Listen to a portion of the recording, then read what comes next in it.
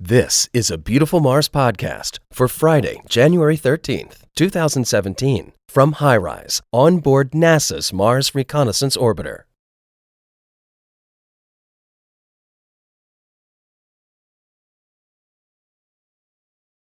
This small, 2-kilometer wide crater was just sitting around minding its own business when a meteoroid struck the ground just to the west and created a new, larger crater almost 10 kilometers in diameter.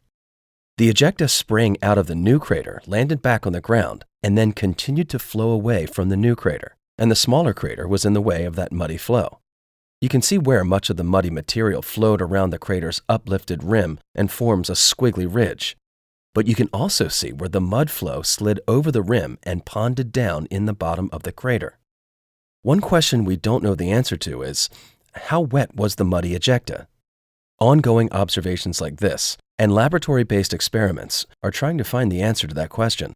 This image also illustrates a common theme in geology, namely the law of superposition. Because the crater has been affected by ejecta from the larger crater to the west, the small crater had to be there first, and then the second, larger crater and its ejecta had to form. This allows planetary geologists to decipher the relative ages of different landforms. Because a central goal of geology is to understand past events from present-day clues, geology is sometimes compared to forensic science.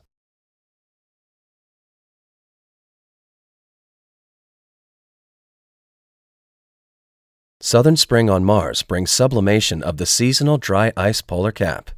Gas trapped under the seasonal ice sheet carves channels on its way to escaping to the atmosphere. At this site, the channels are wider than we see elsewhere on Mars, perhaps meaning that the spider-like terrain here is older, or that the surface is more easily eroded. Seasonal fans of eroded surface material pointed in two different directions are deposited on the remaining ice.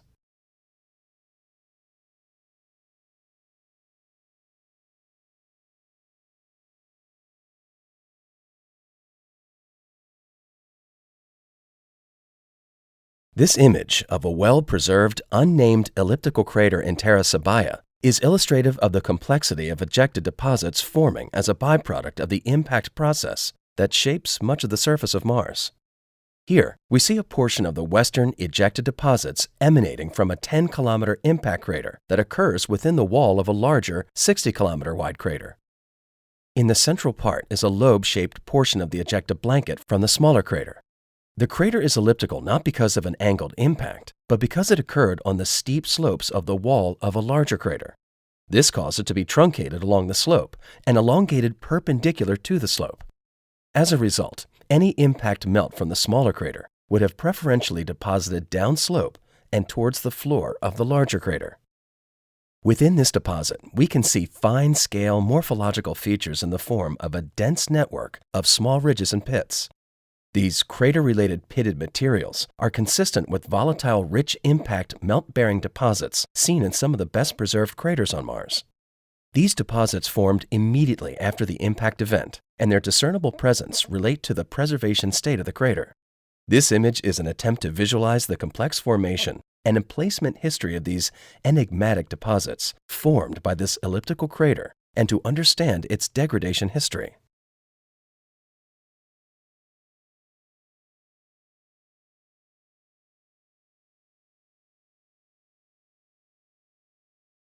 The ancient highland channels in this image empty into the Eridanea Basin, a large topographically low enclosure with smooth-appearing terrains that may have once contained a large paleo lake or ancient sea. Water in these channels flowed to the east into Ariadnes Basin, a smaller basin located within the confines of Eridanea. Light-toned knobs are exposed in the northern channel, while the other channels are partially filled with smooth-appearing, lobe-shaped surface flows that are extensively fractured when viewed at high resolution. Although the origin of these knobs is not known, interpretations include fumarolic mounds, erosional remnants, pingos, mud volcanoes, and spring mounds. The movement of the once ice-rich, channel-filling flows over the knobby terrains likely created radial tension stresses, producing the cracks that we see on the surface of these deposits. As the material slowly thinned, it eventually led to the formation of an elephant skin-like texture. This texture is different from the surrounding eroding mantling deposit that has become pitted as the ice sublimated causing the overlying surface to collapse. The combination of such knobby terrain and smooth, channel-filling deposits are seen only in a few places on Mars.